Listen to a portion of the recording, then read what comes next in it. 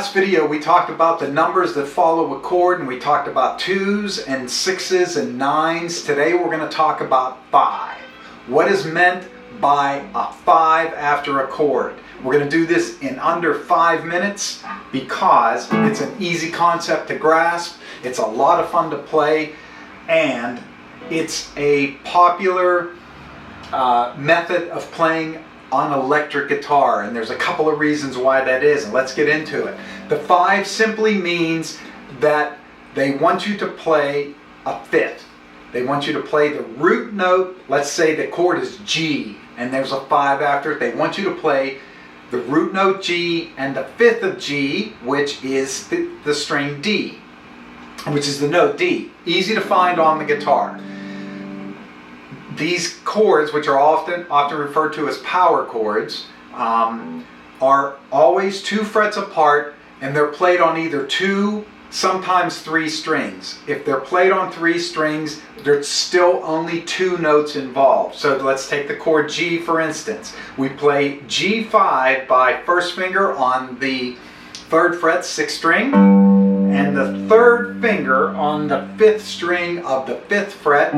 There's our notes G and D. If I want to add another string, I'll just flatten this finger, the 3rd finger, and I'll get G, D, G like that, and it'll sound like this. Now, why do we do that? Because when we play an electric guitar, if we play a full chord G, we're going to get this. There's a lot going on there. If you have heavy distortion, if you have a lot of fuzz, if you're using a lot of effects, that's a lot of strings to push through an amplifier. And sometimes it gets too crowded, it gets too busy, and these power chords cut everything down to their bare bones and make it a lot cleaner sounding and a lot easier on the ear. Now,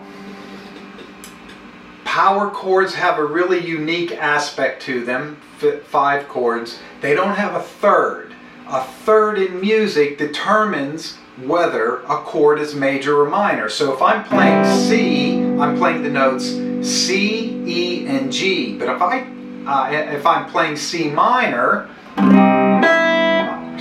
C minor, then I'm playing C, E flat, G.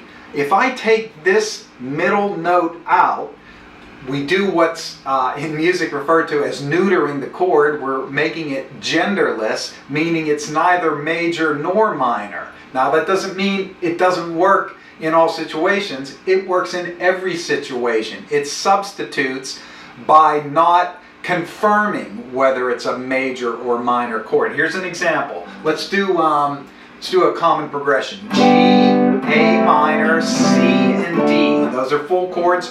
G, A minor, C, D. Here's G5, A5, C5, and D5.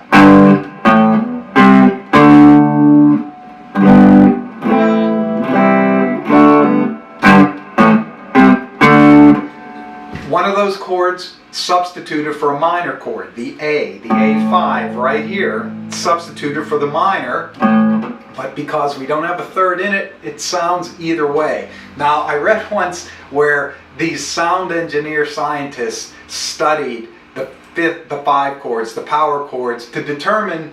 They couldn't accept that it was major or minor, so they broke them down. They looked at the frequencies and they looked what happens when a chord decays, and 5 chords tend to favor minor rather than major, but they do it in kind of a sweet way, not a dark foreboding way. That's why in popular music, in classic rock, 5 chords are so popular, because they have a kind of a sweet darkness to them.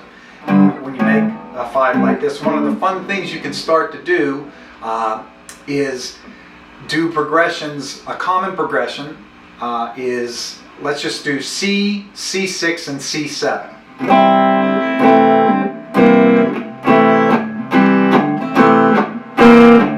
So if we're playing an acoustic guitar, we probably learn to play that progression that way.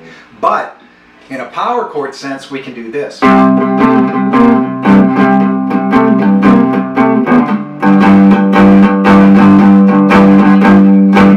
Because we use use only 2 fingers to make the chord, we free up another finger to have some fun, and that's a common way to have fun. And once you get this set, once you know what you're doing, and you can make this bar chord, C5 bar chord, take your pinky and now it'll take a little bit to stretch your hand out, especially in the beginning, and then it'll really take a little bit of work to do this.